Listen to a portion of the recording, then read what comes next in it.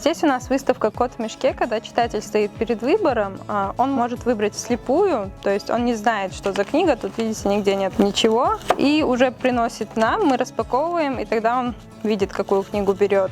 Если он ее уже читал, он может положить ее на место, если нет, то взять домой и прочитать случайно выбранную книгу. А какие жанры там представлены? Ну, тут самые разные.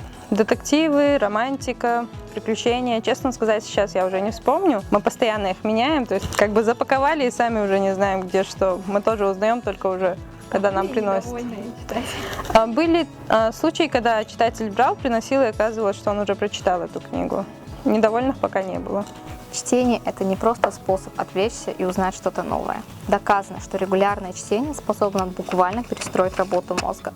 Оно повышает эмоциональный интеллект, способствует лучшему запоминанию фактов, а также учит находить альтернативные решения сложных проблем. Это у нас выставка юбиляров, то есть книги, у которых какая-то значимая дата уже, вы видите, да, 125, 155 и так далее. То есть им в этом году исполнилось столько лет. Какие у вас самые популярные авторы? Что сейчас люди читают? Классику. Как классика вообще не стареет. У нас сейчас, лето, это логично, школьники, да, студенты в основном берут русскую литературу, как всегда по программе. Это Гоголь, Пушкин. Популярна у нас литература именно мотивационное развитие, карьера. Вот это вот все сейчас тоже очень популярно, очень спрашивают. У нас, конечно, на этаже нет краеведческой литературы, но по ошибке заходят к нам, также спрашивают наших авторов чеченских. Мы направляем, соответственно, тоже очень популярные наши авторы. За день сколько? В среднем от 50 до 70 бывает, да. Но у нас самый передовой отдел, как бы. Сказать, что люди сейчас читающие. Да, действительно. Я тут 2 года работаю, то есть за 2 года динамику я тоже уже замечаю, то есть гораздо возрос интерес. Не только это как бы взрослые или там пожилые, да. Меня радует на самом деле, что пожилые люди тоже ходят. Молодежи очень много.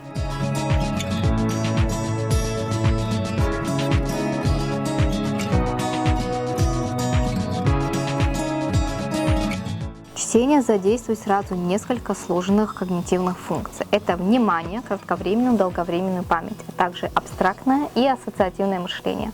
Также доказано, что чтение художественной литературы повышает понимание чужого сознания. Однако важное условие – это должна быть качественная литература. А что вы читаете сейчас? Что выбираете? Честно говоря, учебную литературу, чисто для учебы. А вы помимо учебной литературы что еще читаете? Я интересовалась более книгами психологического направления, также литература, более фантастика иностранная. Например, Мид Райчел, «Сумерки», там про вампирскую лигу. Мне очень интересная литература.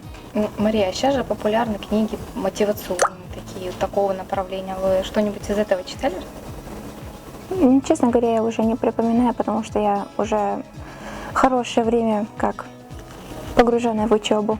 А вы есть ассортимент учебной литературы здесь? Вы находите все, что вам требуется? Человеку иногда и хочется более современной литературы, а более ценители старой литературы и литературы 7-летней, то они могут почитать здесь, найти нужную книгу. То есть ассортимент книг вас устраивает, можно сказать? Меня очень устраивает, особенно по учебе, как я сказала, тут все можно найти. Более того, книги носят успокаивающий эффект. Люди растворяются в воображаемом мире книги, тем самым уходят от проблем и стресса современного мира. Читать это очень интересно, поэтому для тех, кто давно хотел посетить библиотеку, сейчас самое время.